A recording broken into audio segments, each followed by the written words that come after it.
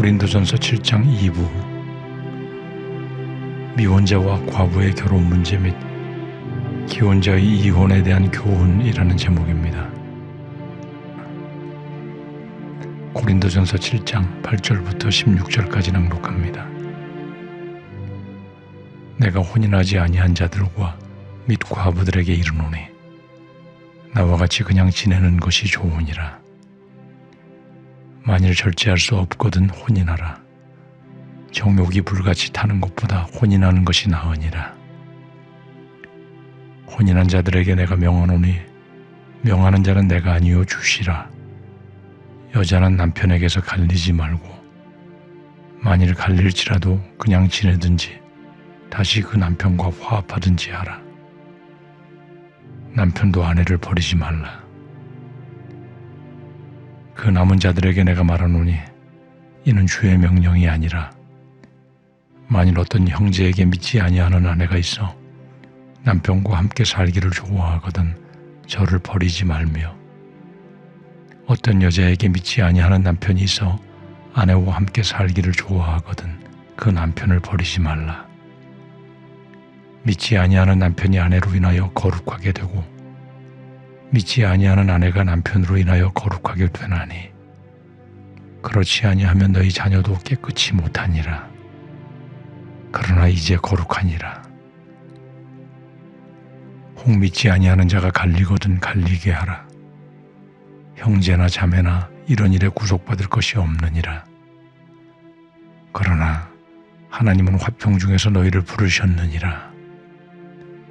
아내된 자여 내가 남편을 구원하는지 어찌할 수 있으며 남편 된 자여 내가 내 아내를 구원하는지 어찌할 수 있으리요. 아멘. 핵심을 정리합니다. 앞서 1절에서 7절까지 결혼 여부와 부부생활 전반에 대한 기본 원칙을 개략적으로 설명한 사도 바울은 이제 결혼 문제와 관련해서 보다 구체적인 대상과 경우에 대해 답변합니다. 오늘 본문인 8절에서 16절까지는 미혼자와 과부에 대한 독신생활 권장 및 기혼자의 이혼 문제에 대한 교훈을 권면합니다. 8절에서 혼인하지 아니한 자들과 과부들은 사도 바울과 같이 독신으로 지내는 것이 좋으니라고 조언합니다. 여기서 혼인하지 아니한 자들은 호라비를 포함한 미혼 남성을 의미하는 것이며 이들과 과부들이 앞서 말한 바울 자신처럼 독신의 능력과 은사가 있다면 독신으로 머물러 있는 것이 좋을 것이라고 권하는 것입니다. 그러나 앞서 이미 바울은 이것은 개인적 제한이며 결혼을 하거나 독신으로 지내는 것보다 더 중요한 것은 하나님의 뜻을 깨닫고 순종하는 것임을 분명히 합니다. 9절에서 만일 절제할 수 없거든 혼인하라. 정욕이 불타는 것보다 혼인하는 것이 나으니라고 말합니다. 절제한다는 것은 스스로 제어한다는 의미입니다. 정욕이 불같이 탄다는 것은 외적 욕망뿐 아니라 내적으로 욕망이 솟아오르는 상태를 말하므로 외적이나 내적으로 욕망에 굴복하여 스스로 자신을 통제하지 못하는 사람은 결혼하는 것이 훨씬 나음을 말하고 있는 것입니다. 성적으로 강렬한 욕망을 느끼는 것 자체가 죄는 아니나 주체할 수 없는 성욕으로 긴장과 갈등이 계속되는 것은 영적 평화와 성장에 해로울 수밖에 없으며 나아가 정욕으로 불타는 상태가 절제되지 않는다면 그것이 죄악과 직결될 가능성이 더욱 커지는 것입니다. 10절 11절에서 혼인한 자들에게 내가 명하노니 명하는 자는 내가 아니요 주시라. 여자는 남편에게서 갈리지 말고 만일 갈릴지라도 그냥 지내든지 다시 그 남편과 화합하든지 하라. 남편도 아내를 버리지 말라 합니다. 앞서 혼인하지 않은 자들과 과부들은 그냥 지내는 것이 좋지만 정욕을 참을 수 없다면 결혼하는 것이 나음을 말한 후에 본절에서는 결혼은 했지만 결혼 생활의 필요를 못 느끼는 이들은 어떻게 해야 할 것인가를 말하는 것입니다. 갈린다는 표현은 떨어진다는 말로 아내가 주도된 이혼에 대해 말하는 것입니다. 이를 명하는 자는 내가 아니요 주시라고 합니다. 이미 이혼 문제는 예수님께서 명백하게 명하신 말씀이 있다는 뜻입니다. 마가복음 10장 9절에서 그러므로 하나님께서 짝지어 주신 것을 사람이 나누지 못할지니라는 말씀을 의미하는 것입니다. 그리고 만일 갈릴지라도 그냥 지내든지 다시 그 남편과 화합하든지 하라. 남편도 아내를 버리지 말라 합니다.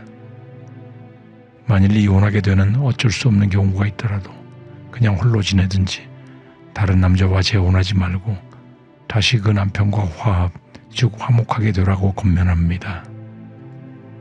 다시 말하면 마음이 맞지 않아서 갈라섰다면 화해해서 다시 합하라고 권하는 것입니다.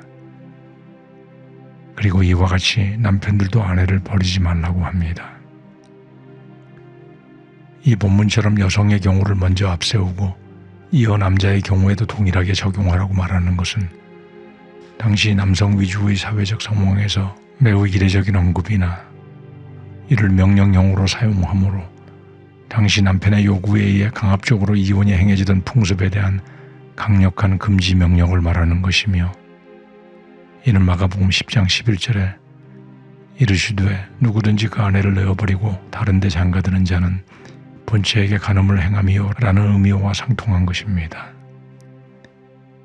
그러므로 예수 믿고 크리스찬이 된 부부는 남편이든 아내든 결코 이혼을 요구할 수 없고 만일 부득이 이혼하더라도 이혼한 상태 그대로 지내든지 아니면 다시 화합해야 하는 것입니다.